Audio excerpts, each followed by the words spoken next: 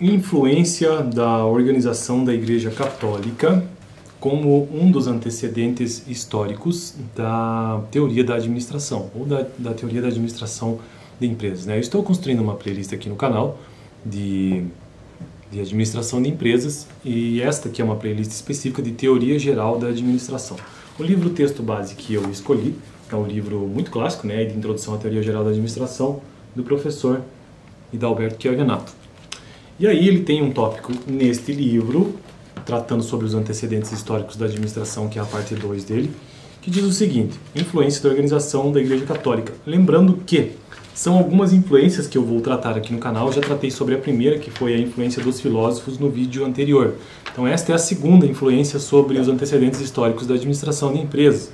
Influência da organização da Igreja Católica. No próximo vídeo, influência da Revolução Industrial, depois aparecimento de fábricas e indústrias e assim por diante, influência dos economistas liberais também, entre outras situações. Bom, então vamos hoje ao assunto do vídeo, que é a influência da organização da Igreja Católica. Ao longo dos séculos, os princípios de... também tem a influência da organização militar, muito importante, que é o próximo vídeo, inclusive. Ao longo dos séculos, os princípios de administração pública passaram das instituições dos estados, ou seja, Atenas, Roma, por exemplo, naquele mundo antigo, para as instituições da Igreja Católica e da organização militar. E aí ele traz um exemplo da Igreja Católica. Ao longo do tempo, a Igreja Católica estruturou sua organização em uma hierarquia de autoridade, Estado Maior, assessoria, e a coordenação funcional para assegurar a integração. A organização hierárquica da Igreja é simples e eficiente, e sua organização mundial pode operar sob o comando de uma só cabeça executiva. O Papa, cuja autoridade coordenadora lhe foi delegada por uma autoridade divina superior, por exemplo, né? A organização eclesiástica serviu de modelo para as organizações ávidas de experiências bem-sucedidas que passaram a incorporar os princípios utilizados pela Igreja Católica. Aqui no livro ele não menciona todos esses princípios, nem menciona, na verdade, apenas mencionou aqui a questão da organização hierárquica.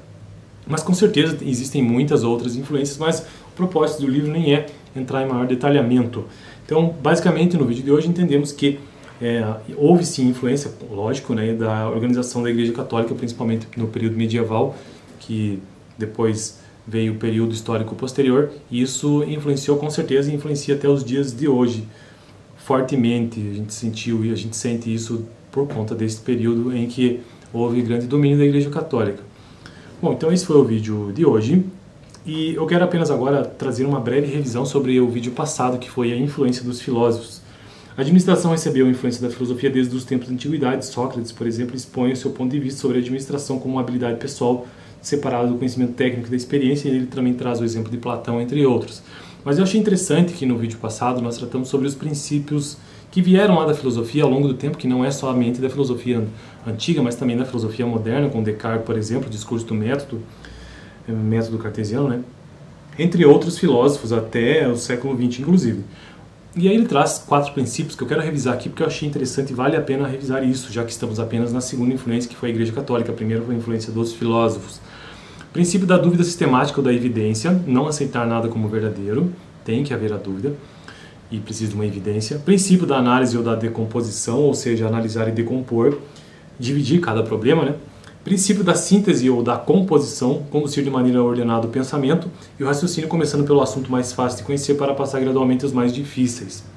E princípio da enumeração ou da verificação: verificar, rever e recontar para que se fique seguro de que nada tenha sido omitido. Então esses foram os principais princípios da influência dos filósofos ao longo do tempo na administração.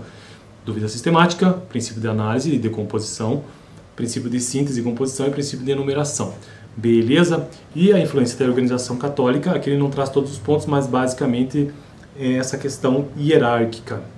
Fico por aqui. No próximo vídeo eu quero tratar sobre a influência da organização militar nos antecedentes históricos da administração de empresas. Valeu!